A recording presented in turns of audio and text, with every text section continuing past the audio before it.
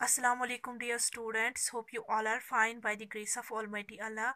Dear students, today we will do exercise 1D and this exercise is based on ordering numbers. Okay, so in ordering numbers what we have to do, we arrange numbers in ascending order or in descending order, or we can say that in increasing order or in decreasing order. In ascending order, how we arrange numbers? We arrange numbers from the smallest to greatest.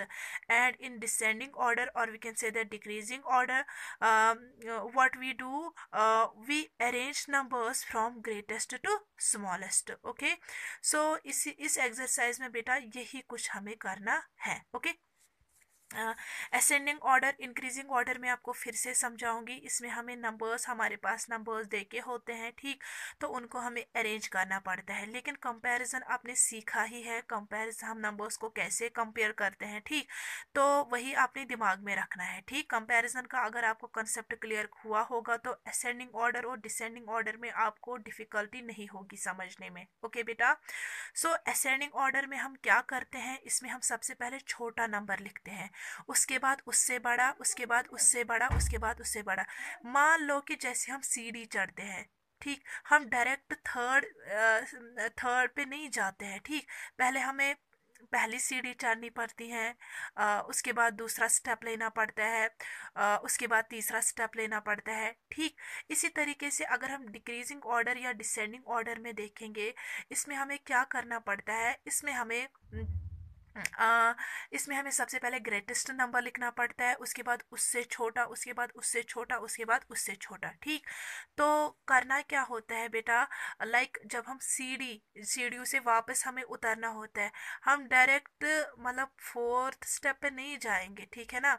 सबसे पहले हमें एक step cross करना है, उसके बाद दूसरा, उसके बाद तीसरा, तभी हम नीचे पहुंच सकते हैं. ठीक, तो सेम यहाँ पे यही करना है, सबसे पहले ग्रेटेस्ट लिखना है, उसके बाद देखना है कि उससे अब इससे छोटा कौन है, फिर उसको लिखना है, फिर देखना है इससे अब छोटा कौन है, फिर वो लिखना है. ठीक है ना, तो ऐसे ही हम डिसेंडिंग ऑर्डर करते, डिसेंडिंग ऑर्डर में नंबर्स को अरेंज करते हैं. ओके, सो अगर आपकी बुक हम बेटा चेक करेंगे तो यहाँ पे चैलेंज है. ठीक, सो चैलेंज में हमें करना क्या है, मैं 4 डिजिट नंबर, ये क्या बोल रहे हैं, मैं 4 डिजिट नंबर हूँ, हु एम आई, हमें ये बोल रहे हैं कि मैं कौन हूँ. चलो देख लेते हैं ये कौन है. माई वंस डिजिट इज 3, इसका जो वंस प्लेस का जो डिजिट है वो क्या है, वो 3 है. ओके, सो यहाँ पे हम क्या लिखेंगे, यहाँ पे हम 3 लिखेंगे, मैं यहाँ साइड में लिखूंगी 3 लिखेंगे, चैलेंज के लिए है ये. ठीक है, ओके, सो इसका जो वंस प्लेस का डिजिट है वो बोल रहे हैं मैं 3 हूँ. उसके बाद my tens digit is 3 more than my ones digit, जो मेरा टेंस प्लेस का डिजिट है वो वंस प्लेस के डिजिट से 3 ज़्यादा है. वंस प्लेस का जो डिजिट है वो 3 है और 3 ये इससे ज़्यादा है, मीन्स हमें ऐड करना है, 3 + 3 इज 6, तो टेंस प्लेस पे जो डिजिट आएगा वो आएगा 6.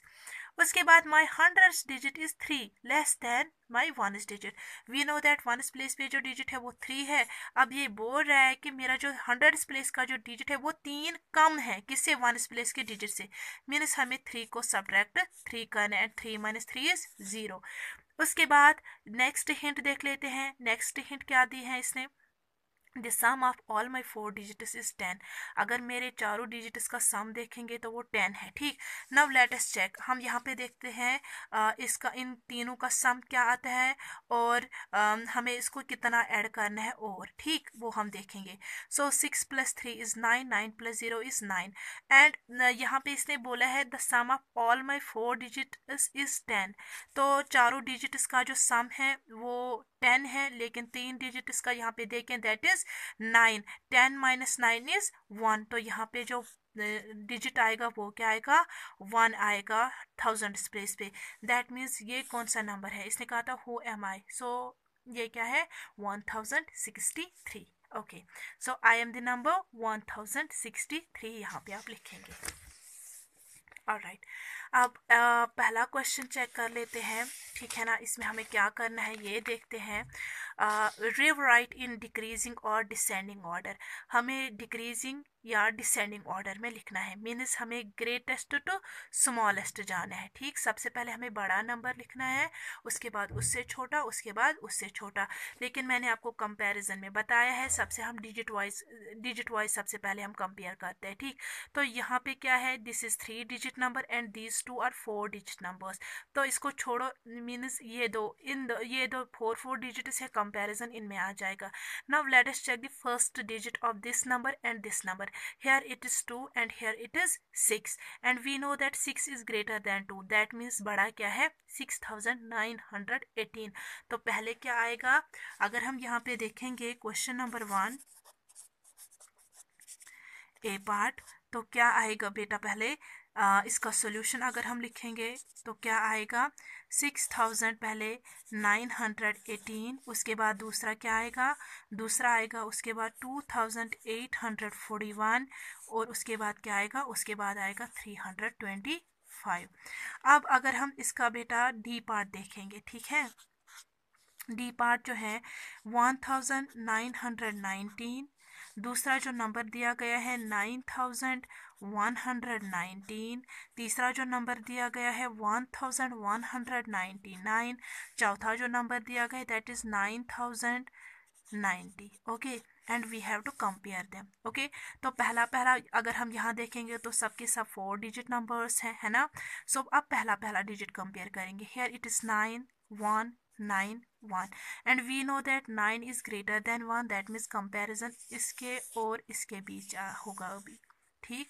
सो दूसरा डिजिट चेक कर लेते हैं। यहाँ पे 1 है, यहाँ पे 0 है and we know that 1 is greater than 0, तो सबसे पहला जो है आएगा वो आएगा ये।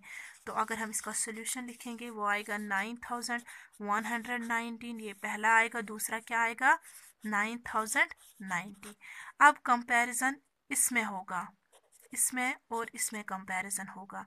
यहाँ पे भी 1 है, यहाँ पे भी 1 है। ओके, यहाँ पे 9 है, यहाँ पे 1 है। We know that 9 is greater than 1, so we will write first this number 1919। After that after this number 1199। Okay, तो ऐसे आपने इसको डिक्रीजिंग ऑर्डर या डिसेंडिंग ऑर्डर में आप लिख सकते हैं। Now let us check question number 2. Question number 2 is rewrite in increasing or ascending order। हमें increasing order में लिखना है या ascending order में। increasing order ascending order में हमें क्या करना पड़ता है, हमें smallest to greatest जाना पड़ता है, ठीक। हमें स्मॉलेस्ट टू ग्रेटेस्ट लिखना पड़ता है। सो यहाँ पे अभी हम क्या करेंगे देख लेते हैं। ए पार्ट क्या है, इट्स 2090 देन 384 1873। ओके, तो अगर हम बेटा यहाँ देखेंगे, कंपेयर करेंगे इन तीनों नंबर्स को, सो 3 digit number is smaller then these 2 numbers. Okay, तो पहला क्या आएगा, 384। तो क्वेश्चन नंबर 2 ए पार्ट का सॉल्यूशन। ओके, पहला क्या आएगा बेटा, पहला आएगा 384, है ना। उसके बाद अब इन दोनों को कंपेयर करेंगे। Here it is 1 and here it is 2 and we know that 1 is smaller than 2, तो पहला क्या आएगा, उसके बाद 1873 और उसके बाद क्या आ जाएगा, उसके बाद आ जाएगा 2090। ऐसे आप इसको अरेंज कर सकते हैं। इसमें भी अगर हम बेटा ई पार्ट चेक करेंगे, या सपोज इसमें भी अगर हम डी पार्ट चेक करेंगे, D part is 2030। okay, this is the first number, then 2300, then 3003 and 7314। इनको कंपेयर करना है, लेकिन किस में अरेंज करना है, डिक्रीजिंग ऑर्डर में अरेंज करना है, डिसेंडिंग ऑर्डर में अरेंज करना है। Okay, so sorry ascending order में इनको अरेंज करना है।